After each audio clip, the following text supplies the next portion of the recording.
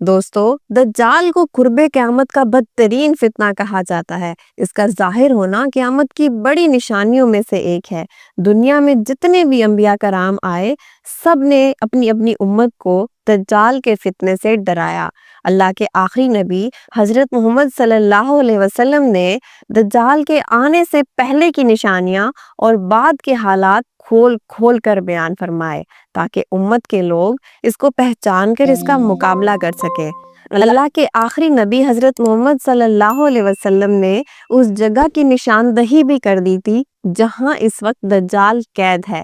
اس video میں ہم جانیں گے ایک صحابی کا واقعہ جن کی ملاقات دجال سے ہوئی، اور حضرت محمد صلی اللہ علیہ وسلم نے اس بات کی تصدیق کی کہ ہاں، جس سے تم ملے تھے وہ واقعی دجال تھا۔ اس میں ہم جانیں گے دجال کے حلیے کے بارے میں، دجال کب آئے گا اور دجال اس وقت کہاں قید ہے۔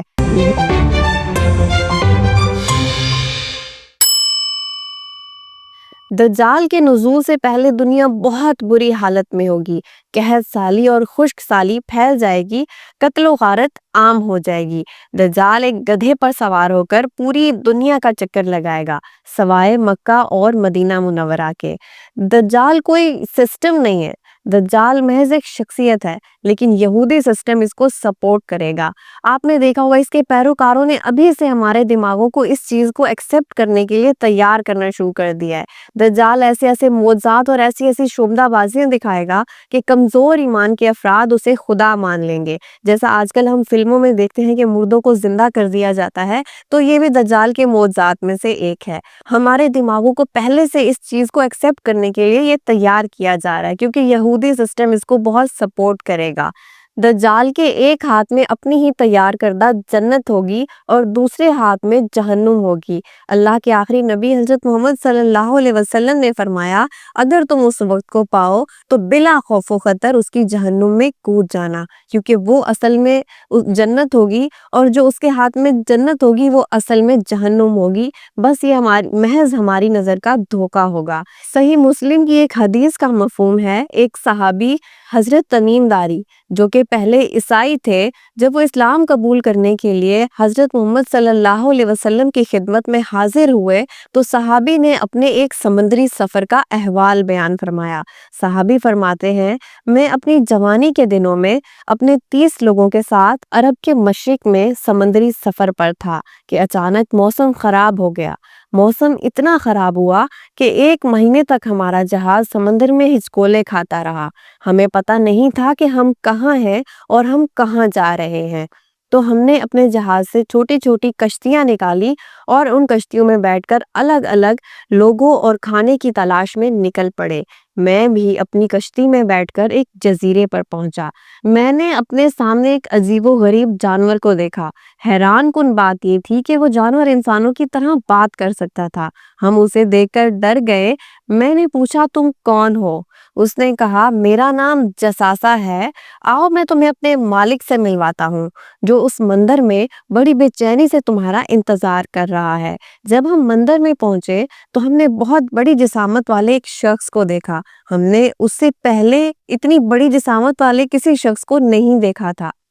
وہ شخص زنجیروں سے بندھا ہوا تھا۔ اس نے آتے ہی ہم سے سوالات شروع کر دیے۔ اس کا پہلا سوال تھا، مجھے بیزان کی کھجوروں کے بارے میں بتاؤ، کیا وہاں درختوں پر اب بھی پھل آتے ہیں؟ ہم نے کہا، ہاں بالکل آتے ہیں۔ اس نے کہا، بہت جلد ان کھجوروں پر پھل نہیں آئے گا۔ اس کا دوسرا سوال تھا، مجھے تبریہ جھیل کے بارے میں بتاؤ، کیا اس میں اب بھی بہت زیادہ پانی ہے؟ ہم نے کہا، ہاں بہت زیادہ پانی ہے۔ تو اس نے کہا، بہت جلد یہ جھیل خشک ہو جائے گی۔ اس نے پھر ہم سے زہر کے چشمے کے متعلق سوال کیا۔ اس کے بعد اس نے گولان کی پہاڑیوں سے متعلق سوال کیا، اور آخر میں اس نے کہا، مجھے اس امی پیغمبر کے بارے میں بتاؤ، اس نے اب تک کیا کیا؟ ہم نے کہا، وہ مکہ مکرمہ سے نکل کر مدینہ منورہ میں آباد ہو چکے ہیں۔